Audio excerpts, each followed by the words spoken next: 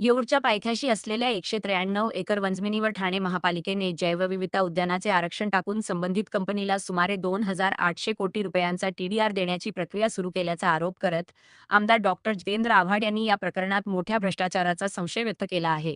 या विरोधात आपण जनहित याचिका दाखल करणार असल्याचे त्यांनी जाहीर केले.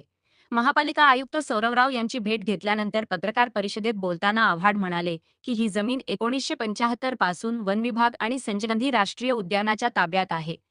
महाराष्ट्र महसूल न्यायाधिकरणाने 1982 मध्ये डायाभाई कंपनीच्या दाव्याला नकार दिला होता.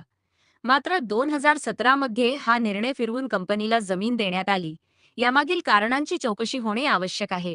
डॉक्टर आव्हाड यांनी वनमंत्री गणेश नाईक यांच्या भूमिकेवरही प्रश्नचिन्ह उपस्थित केले. वनखात्याची जमीन वाचविण्यासाठी कोणतीही प्रभावी कारवाई का झाली नाही, असा सवाल त्यांनी केला.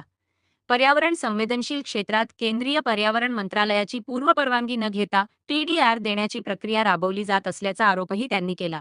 या संपूर्ण प्रकरणाची मुख्यमंत्री स्तरावर चौकशी व्हावी आणि टीडीआर वितरण थांबवावे, अशी मागणी त्यांनी केली.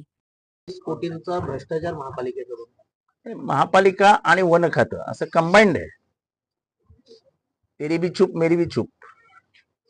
पण या भ्रष्टाचारामागे सर्वात मोठी भूमिका ही वन खात्याची आहे. आम्हाला मुख्यमंत्र्यांना विचारायचंय की आपण डोळे मिटून गप्प बसणार आहात का? आपल्या कानावरती हे सगळं येत असताना सर्वोच्च न्यायालयात म्हणजे ही लढाई गेली 1975 पासून डी दयाबाई विरुद्ध वन खातं असताना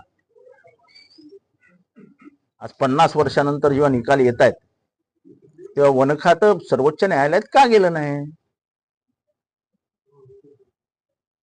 हा, सर्वोच्च न्यायालय वन खात्यावर ठरलं असतं तर आम्ही समजलं असतं, पण जायचंच नाही. याचा अर्थ तेरा भी तू भी ले मैं भी लेता हूं, सब मिलके बाटके खाएंगे. सर, विधिमंडळाच्या पटलावरती त्यांनी म्हटलं होतं, पटलावरचा रेकॉर्डवरचा. नाही, माझीही अशी भावना आहे की एवढा मोठा भ्रष्टाचार उघड्या डोळ्याने गणेश नाईक बघणार नाहीत. पण गणेश नाईक शांत काय आहेत? गेले 8-10 दिवस पेपरमध्ये हे सगळं होत असताना गणेश नाईक एका शब्दानेही बोलत नाहीत. मग उघड आरोप होईल की गणेश नाईकच ह्याच्यात सामील आहेत, जो मी करत नाहीये.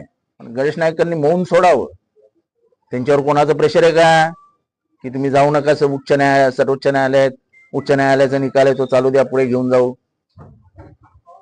मुळात डी दयाबाईंनी जमीन मागितलीच नव्हती. मूळ डी दयाबाईंनी मागितलेली जमीन फक्त 24 एकर होती. मग हे सगळं पुढे कसं काय आलं?